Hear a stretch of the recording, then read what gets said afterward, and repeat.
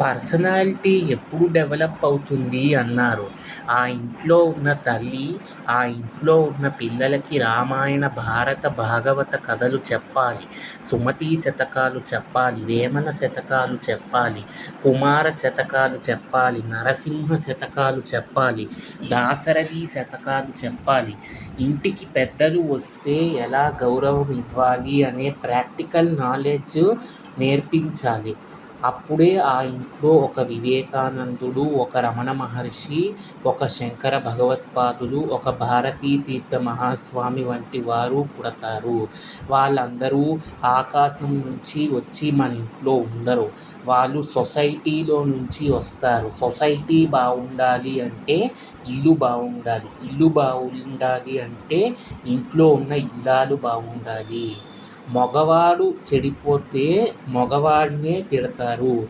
అదే ఆడవాళ్ళు చెడిపోతే ప్రపంచమే నాశనం అవుతుంది. అందుకే అన్నారు కదా, గృహే లక్ష్మి అని. ఇంట్లో ఉన్న ఇల్లాలు మంచిగా ఉంటే ఆ ఇంటికి మంచి పేరు వస్తుంది. ఇంట్లో ఉన్న ఇల్లాలు మంచిగా లేకుండా, సంస్కారం లేకుండా ప్రవర్తిస్తే ఆ ఇంటికి విలువ ఉండదు. పైగా ఆ ఇంట్లో వారిని ఎవ్వరూ గౌరవించరు, సరిగ్గా మాట్లాడరు.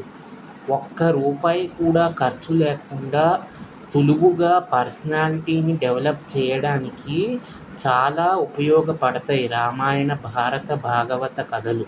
అన్నదమ్ములు ఎలా ఉండాలి అనేది రాముడు, లక్ష్మణుడిని చూస్తే తెలుస్తుంది. తర్వాత భార్యాభర్తలు ఎలా ఉండాలి అనేది సీతారాముల్ని చూస్తే తెలుస్తుంది.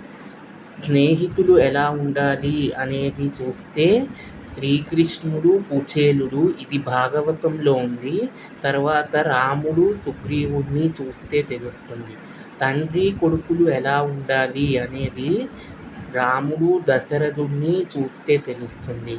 ఇంత చక్కగా మన సంస్కృతంలో రామాయణం, భారతం, భాగవతం చెప్పినప్పుడు మరి ఇంకా వేరేగా పర్సనాలిటీ డెవలప్మెంట్ అని కోర్సులు ఎందుకండి?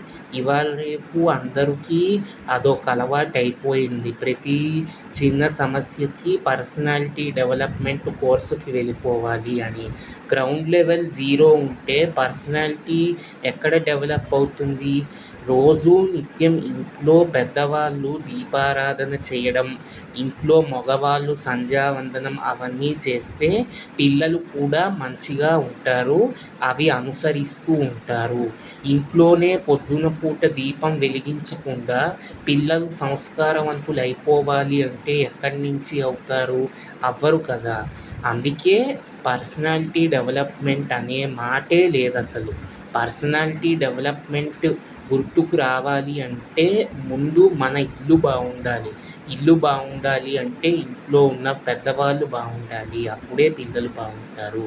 ఎలా ఉండాలో చెప్పింది రామాయణం. ఎలా ఉండకూడదో చెప్పింది భారతం. ఎలా ఉంటే మోక్షం కలుగుతుందో చెప్పింది శ్రీమద్ భాగవతం.